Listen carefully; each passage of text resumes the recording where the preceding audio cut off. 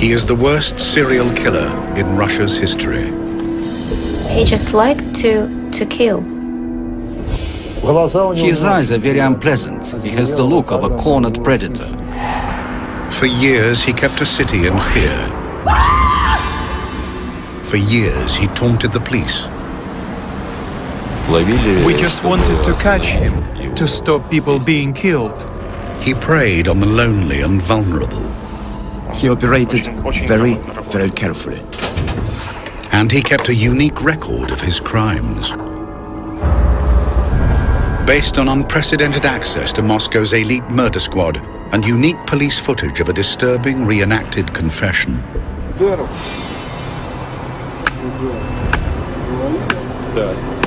This is the untold story of the hunt for Russia's most prolific serial killer.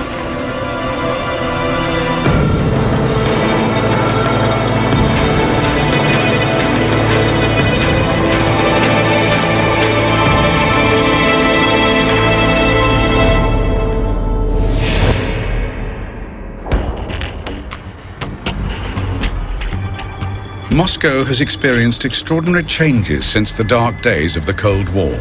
Today, it's a place of fabulous wealth and grinding poverty, of postcard cathedrals and tough housing estates. And it's also the backdrop for the most notorious serial killer in Russian history. Bitsa Park is an extensive wooded area covering 22 square kilometers of southern Moscow. It's a popular spot where ordinary Russians play chess or just enjoy a pleasant stroll. But for years, it hid a grisly secret. On Saturday, October the 15th, 2005, Moscow police find the dead body of 31-year-old Nikolai Worobyev. He suffered terrible injuries to the head.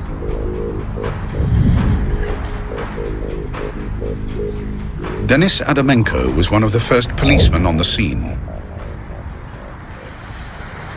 It was here, exactly at this place, where we found one of the victims.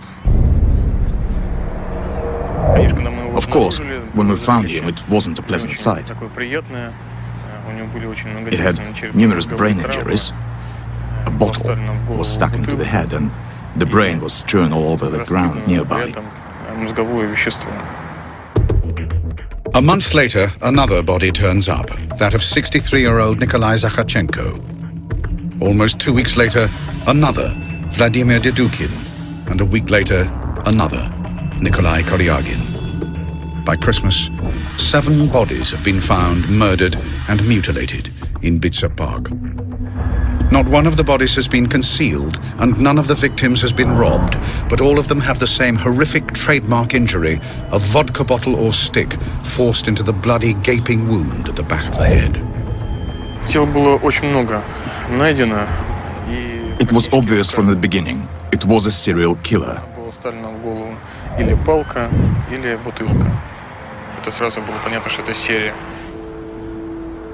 Complex homicide investigations are handled by Moscow's elite murder squad. And their most senior and experienced investigator is Andrei Supranenko. Often clashing with Moscow's criminal underworld and handling the city's most violent murders, he's used to dealing with complex and dangerous cases, the kind that cost his predecessor his life. I took this criminal case for investigation in February 2006, when it became clear that we were dealing with a serial killer.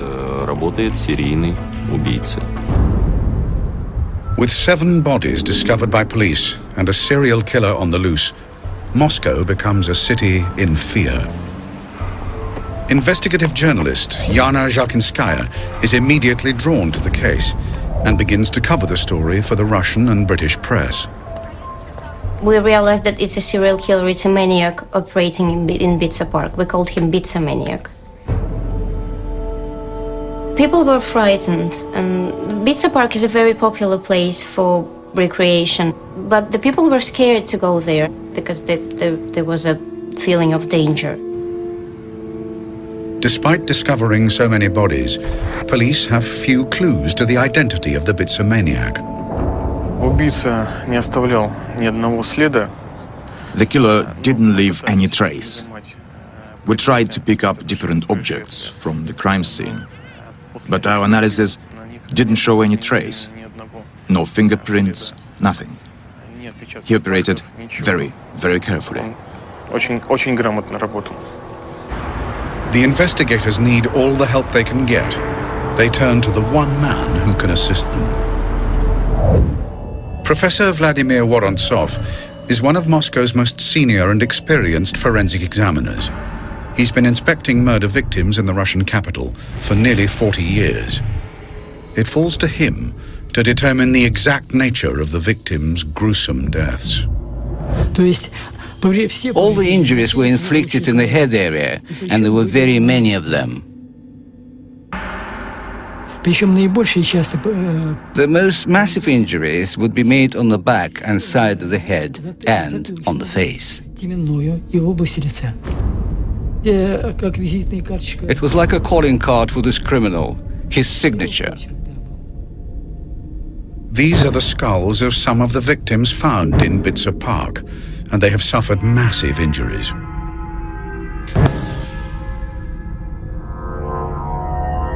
Although the forensic evidence is very limited, Professor Vorontsov is still able to determine the likely murder weapon. This fracture was made by an object with an angled edge. It could have been a hammer. But just who is the killer wielding the hammer in Bitsa Park? Within weeks, there's a sensational development which promises to unlock the whole mystery. Девушка, остановитесь!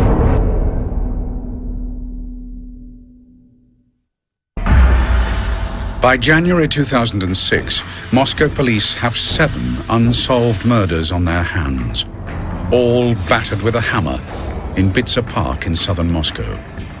All with the same telltale injury, the neck of a vodka bottle embedded in the gaping wound at the back of the head. And for senior investigator Andrei Supranenko, there's virtually no evidence to go on. Whether the killer was a man, a woman or child, nobody knew anything. Whether he lived in the area or used to live there, whether he knew the park well, nobody knew anything. With little concrete information to go on, rumors and theories abound. But one place close by attracts the special attention of the investigators. Could the killer be right under their noses? There is a psychiatric sanatorium on the edge of Bitsa Park. Some of the stable patients would be allowed to go for a walk to Bitsa Park. They would have a day release. And there was this theory that the killer could be the patient of this sanatorium who escaped and was hiding in Bitsa Park and killing people. A considerable number of people were checked. Anyone who was a bit suspicious was stopped and questioned by police. But without a prime suspect, the psychiatric patient theory goes nowhere. But then there was another, more compelling line of inquiry. The victims were mainly men and middle-aged. They were really people nobody cared about and nobody would be looking for. We thought, since it was only men who were the victims from the very beginning, that it might be a woman. No one knew the real motives to the crimes. We were looking at various possibilities. 200 Moscow police stake out Bitsa Park.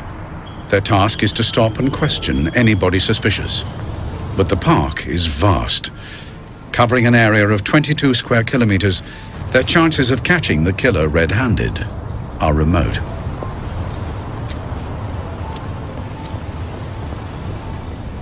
Девушка, остановитесь!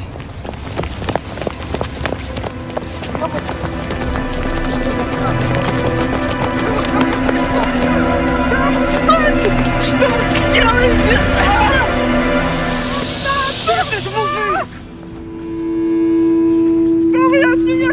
When the transvestite was detained, naturally, it was suspicious.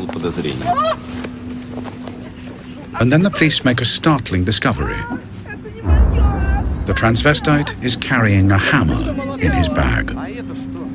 That guy felt like the right guy. But the transvestite claims he only has the hammer to protect himself against attack. When the story gets out, the press has a field day. We thought that this was the right guy, and there were lots of papers with the headlines, "The Ibiza-maniac is caught." But the transvestite has a convincing alibi. We suspected he wasn't the killer by the end of the first day. But to check his alibi required almost 24 hours detailed work. And only after it was all done was he released. A week later, 25-year-old supermarket worker Mahmoud Joldashov is murdered.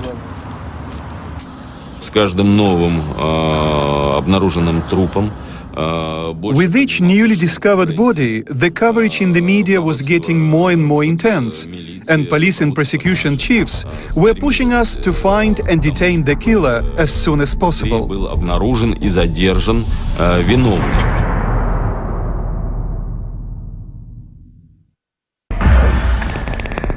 The pressure on the murder squad is becoming intense. They're struggling to keep on top of the growing body count, which now stands at 12. Additional investigators like Elena Pomyazina are brought onto the case. We had to have a team ready for when new events hit us. New murders happened.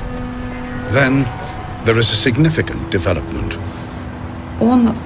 At some point, and with a reason which wasn't clear for us, he switched to killing women. In April 2006, investigators find the body of 48-year-old supermarket worker Larisa Koligina. 2 months later, they find a 14th victim. In June 2006, another body was discovered. A body of a woman with the same kind of wounds. Typical ones, like all the others before. So we knew we had another case to be investigated. Then investigators make a crucial discovery: a metro ticket in the murdered woman's coat.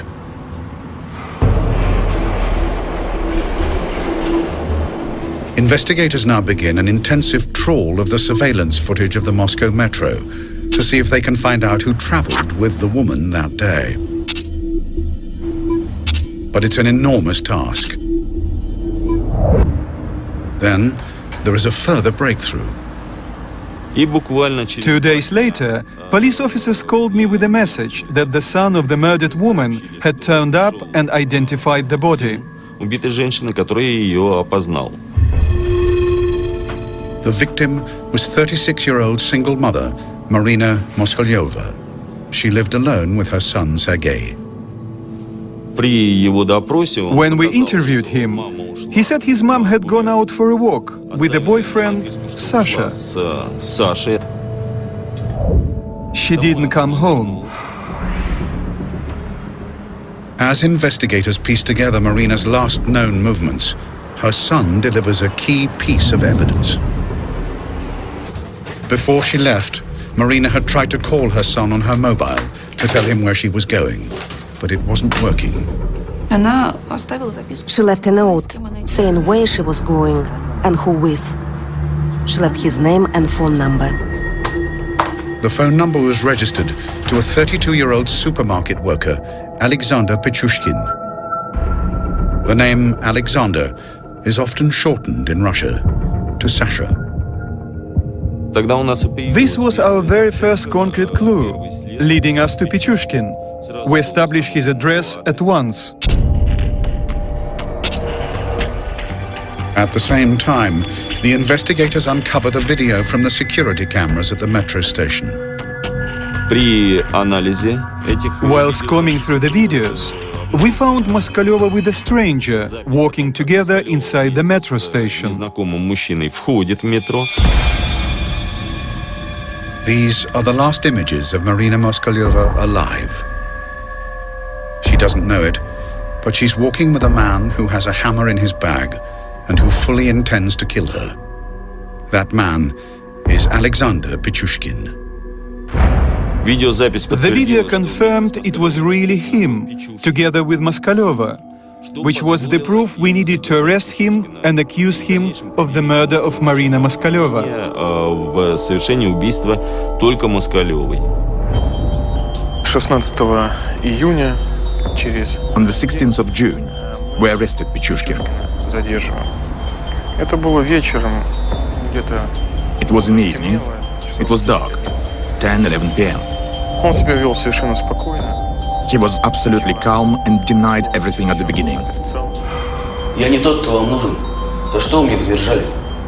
Я не понимаю ничего. На тот момент At the point he was detained, he was only suspected of Moskaleva's murder. But with the evidence mounting up against him, the note left by the murdered woman and the video images of her last moments alive, the investigators are sure they have the right man. And Pichushkin soon realizes it himself. They usually confess. Everybody confesses eventually. I didn't have any doubts. Investigator Pomerzina is right. Within a few hours, Alexander Pichushkin confesses to the murder of Marina Moskalyova. На самом деле битцевский маньяк, как меня прозвали, это я. After 8 months' painstaking work, the investigators have their man. Конечно, мы получили. Of course, when we arrested the killer, we were all very satisfied. Investigators are now able to piece together Marina's last moments. She'd met Pichushkin on June the 13th. He'd asked her out for a picnic in the park. He said, I was sitting there with her for a very long time, really long, wondering whether to kill her or not. And eventually I decided to kill her because I felt that if I didn't, life would become torture for me.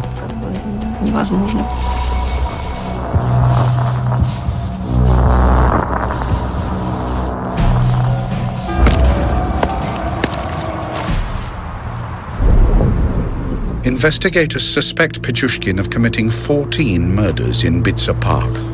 But what comes next is a complete shock.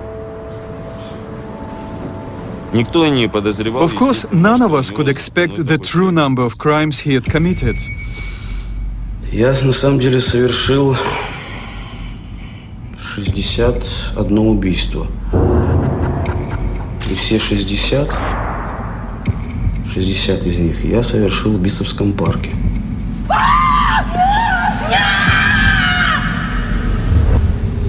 Я 14 лет делал, что я хотел. Я был почти что Богом. It's an astonishing confession. When he confessed, it was a complete shock for everyone because it's an enormous figure. 60 victims would make Pichushkin Russia's most prolific serial killer. More prolific even than the depraved ripper of Rostov, Andrei Chikatilo. We needed to check it all, which was going to be a great deal of work to do. And then the investigators find something that make them think Pichushkin's story might just possibly be true. After Pichushkin was detained, there was a search of his flat.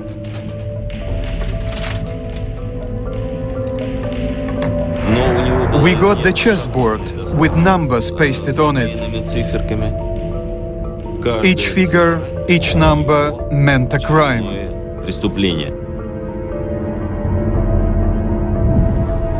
Я хотел убить по одному человеку на каждую клеточку моей шахматной доски. But was this extraordinary confession true? He might have said anything, but we couldn't believe his words unless we had proof.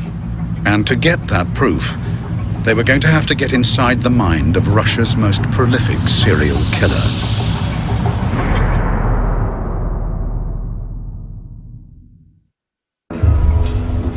In June 2006, after finding 14 bodies in Bitsa Park, the Moscow murder squad arrest Alexander Pichushkin on suspicion of being the Bitsa maniac. But under interrogation, Pichushkin confesses to not just the 14 they know about. He says he has killed more than 60 people, making him the most prolific serial killer in Russian history. Почти что Богом. But is his claim true? Each of the claims has to be individually checked and proven. It's an enormous task. One of the names Pichushkin provides to investigators is that of Vladimir Fomin, a young man who vanished without trace in 2003. Nikolai Fomin recalls the day his son disappeared. Well, he left on October the 14th, 2003 at about 7 in the evening to buy cigarettes. We never saw him again. He was a very good, responsive, kind man. He helped all his friends and took care of his newborn child. In 2006, investigator Pumirzina called me. She asked me to come for an interview to Leninsky Prospect.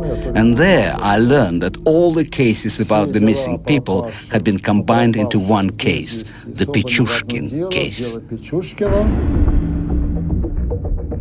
To continue building their case against him, prosecutors need to keep Pichushkin talking. The job falls to Valeria Sushkova. My job was to keep him talking, to establish a psychological relationship with him. Я им был как отец. Я открывал им дверь в другой мир. Первое убийство как первая любовь. Его никогда не забудешь. Чем ближе человек, тем приятнее убивать. Получаешь больше эмоций. It was terrible to hear what he was saying, even for me as an experienced investigator, to hear the pleasure and delight in his voice when he described how he smashed their skulls and pushed sticks and bottles into their wounds.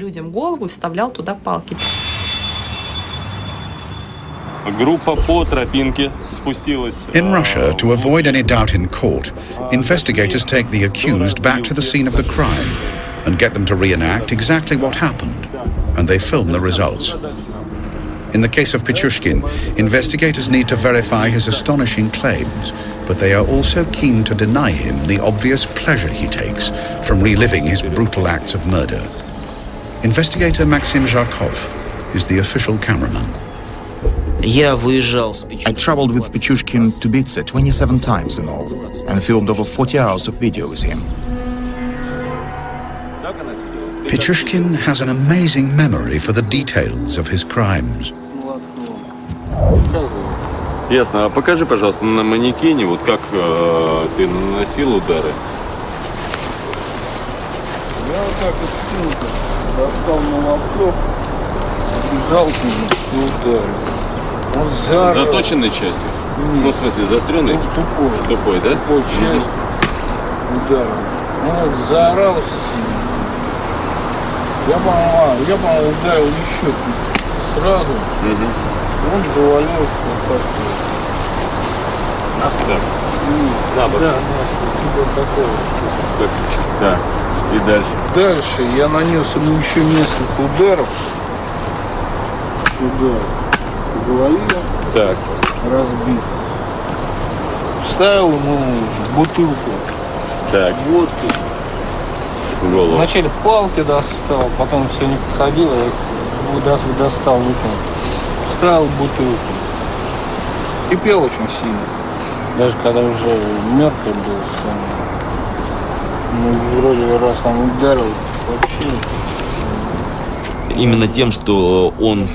The fact that he remembered what to him were the significant moments in the tiniest of details was very helpful. He knew the woods very well and showed us the exact places where he was killing people. Denis Adamenko is the officer handcuffed to him throughout his confessions in the forest. I only had one thought. I wanted him to show us as many as he could, to tell us everything. Where he dumped people, where he left them. I wanted as much evidence as I could get.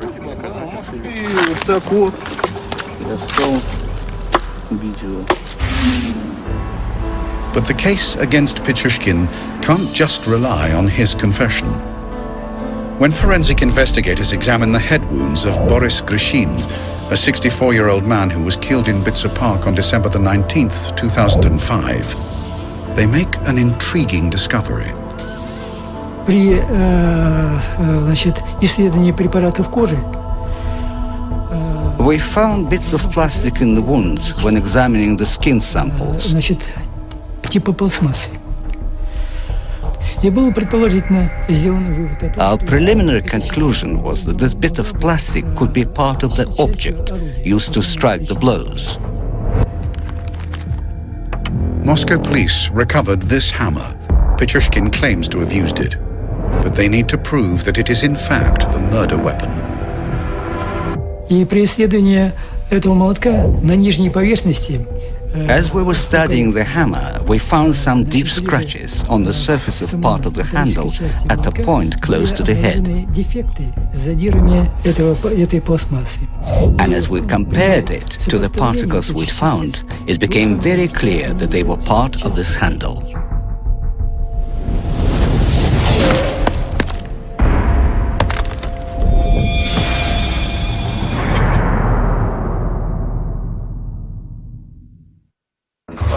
During his filmed confession, Pichushkin reveals many extraordinary murders and also how, as a killer, he grasped any opportunity to take a life. All his actions were designed to commit as many murders as possible. On January the 18th, 2002, Pichushkin met a 40-year-old homeless man called Slava. Здесь было, как бросил, он что-то начал щелина откроешь, вот такое. Он его приподнял, вот такой, за ремень, по-моему, за что-то, штаны, вот такой. И вот так вот положил наполовину его. Затем поддел ноги, и он полетел. Ну и потом я услышал только крик там внизу, на старушечий такой похож, когда он уже, видимо, упал. At the time, people thought it was a suicide. Nobody saw anything criminal about it at all. He knew perfectly well what was going on. He knew what he was doing. As the investigators delve further, they build up a precise picture of the man who claims to have killed over 60 people. Pichushkin was born in Moscow on April the 9th, 1974. His background seemed ordinary. He lived with his mother and sister in this apartment on Hersonskaya Street. It's a typical Soviet-era flat, not far from Bitsa Park. He had a steady job in a supermarket and was generally well-liked. His was an ordinary, everyday life. Yet Alexander strove to be different. A team of doctors at Russia's leading psychiatric institute spent over 6 months analyzing Pichushkin's background and psychiatric history. And one of them is Dr. Evgeny Mikushkin. He wasn't happy in his private life. He just did his job and led a lonely life. As far as we know, he tried to live with women on several different occasions and even tried to start a family, but he failed.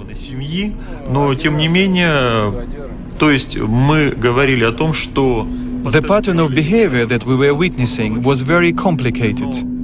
But there was a certain pattern, a striving to murder and to aggressive sadistic activity.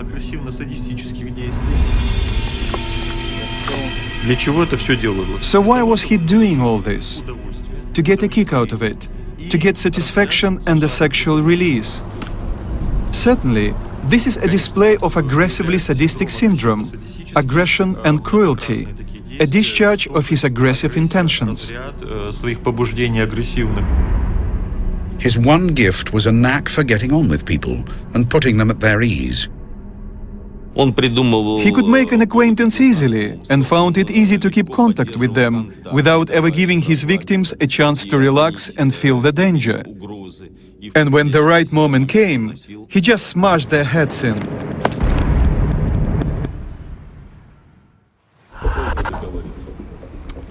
During the 40 hours of filmed confession in the forest, Pichushkin continues to horrify investigators with the scale of his killings. Pichushkin led us to the site of a murder we didn't even know about, and there we found the remains of a man who had never been discovered. Кости. О, видите, вот челюсть осталась. Челюсть. Вот еще кости.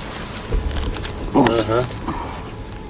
The jawbone belongs to a 36-year-old worker from St. Petersburg, Oleg Lorinenko. It was a rather remote place in the forest, and unfortunately, there was little left of that man. Weather and animals had spoiled the body, and there was practically nothing left.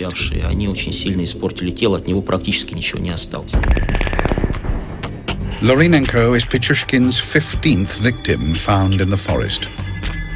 But the chessboard killer claims to have murdered more than 60 people. So where are the other 45 bodies? Trawling their records, investigators are drawn to an unsolved crime in Bitsa Park 4 years earlier.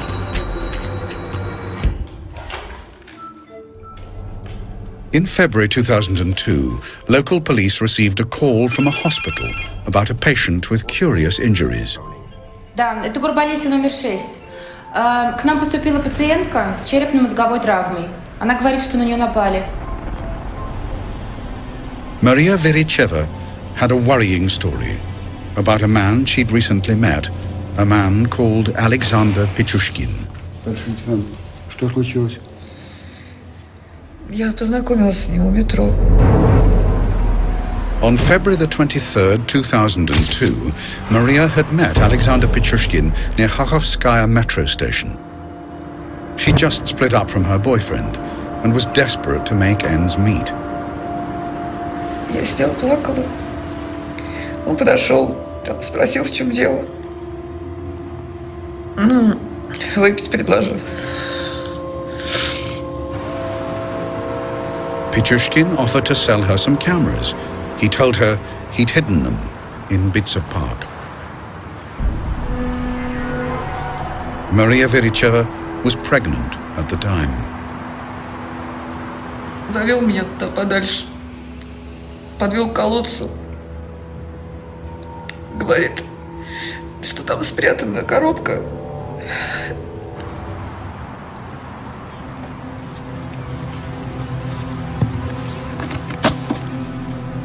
Подошли, велел заглянуть в колодец.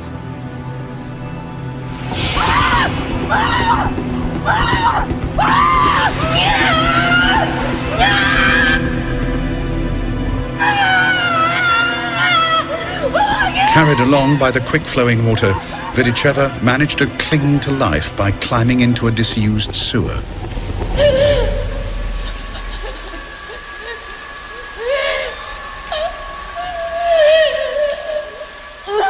After being trapped for more than 20 hours, she eventually found the strength to climb from the sewer.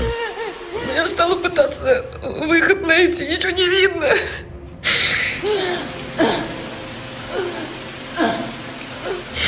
Я все время думала, что ребенка потеряю из-за какого-то подонка.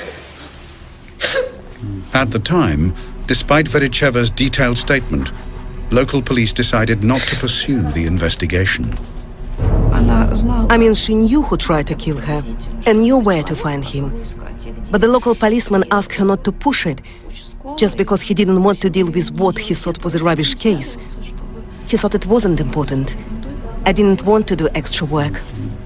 There was a real missed opportunity. There was a chance to catch him much, much earlier and to save about over 20 lives, I think.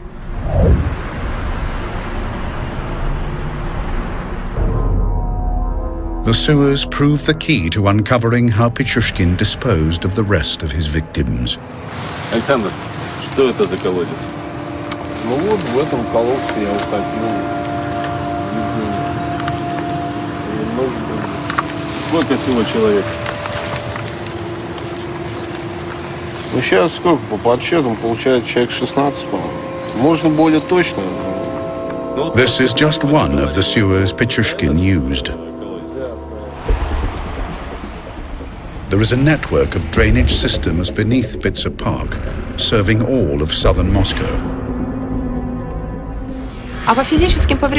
In terms of physical damage, you know, when he was throwing them down into the sewers, those people, if I can say so, they were rather lucky because their deaths were pretty instant. There are such massive water flows there and such huge water pressure that when we put a mannequin inside the sewer to see what it's like there, it was simply torn apart. Pichushkin disposed of many of his victims in this way, including his very first victim, Mikhail Odinchuk, an 18-year-old classmate whom Pichushkin murdered in 1992. Odinchuk had refused to partner Pichushkin on a killing spree.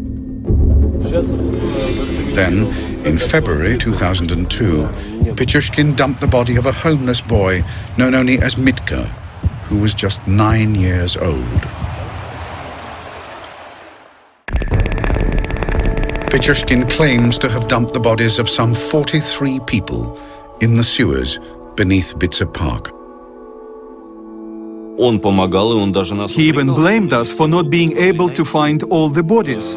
Seriously, he blamed us for not working hard enough.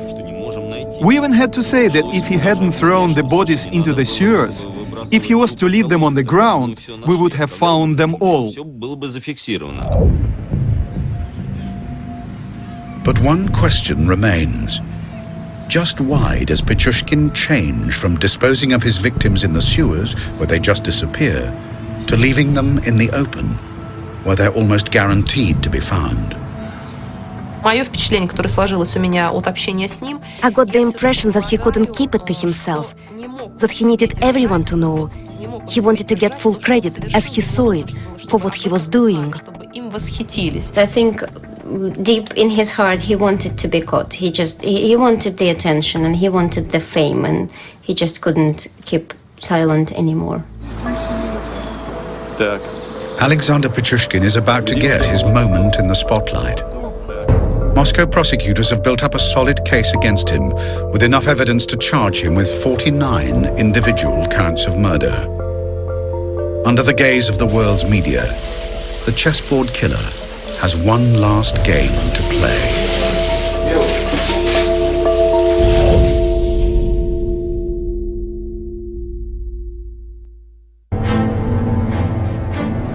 On September the 13th, 2007, Russia's most prolific serial killer, Alexander Pichushkin, goes on trial in Moscow, charged with the murder of 49 people.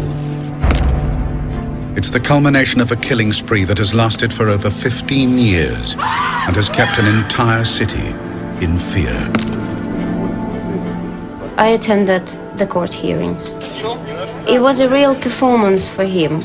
He wanted the attention, and that was the place where he could get that. There was the jury, there were the press, there were the prosecutors and judge, and it was all about him, and he was really enjoying that. All he wanted was for the jury to be present in court, so that he had as big an audience as possible. And he spoke with great pleasure in court about all the things he did. He was really enjoying it. This is Pichushkin's moment in the limelight, and he plays it to the full. He is asked if he has any regrets. Pichushkin paused for a minute and then said, "Yes, I do regret one thing. I regret you arrested me so early. I was planning to murder another woman in 2 days' time."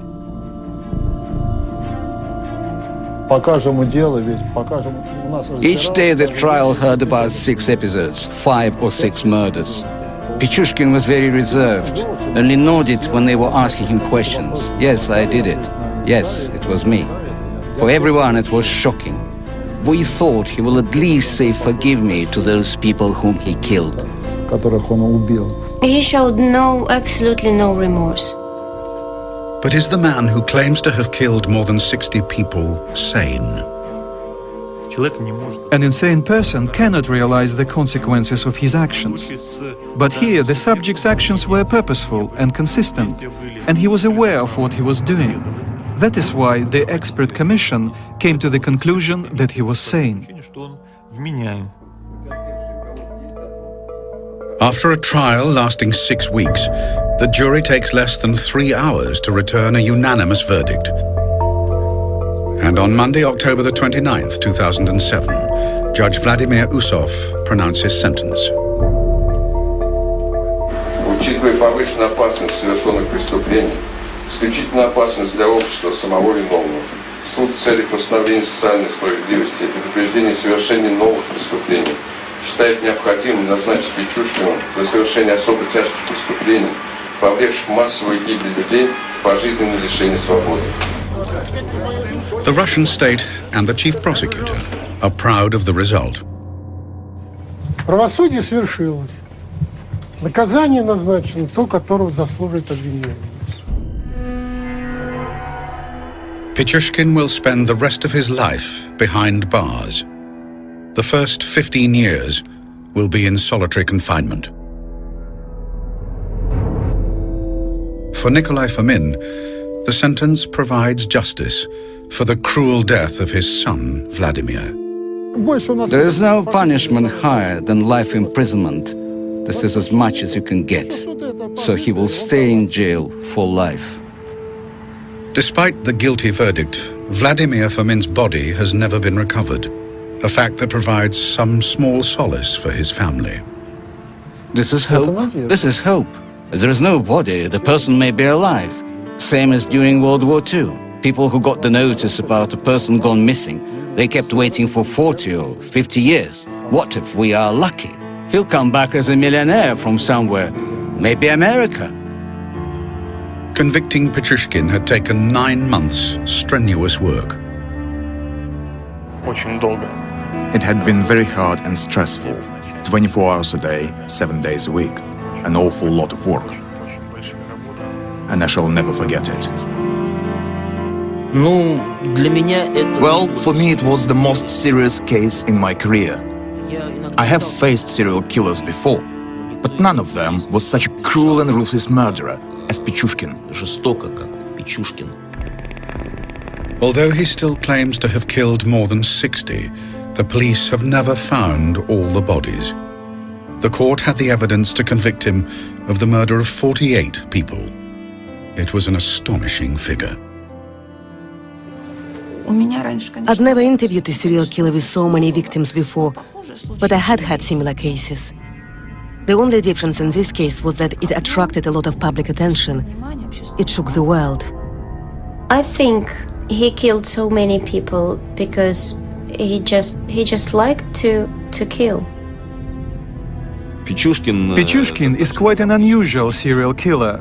He is a hunter, a typical hunter, and his only motivation was to kill. There was no other motive, whatever else we might have thought.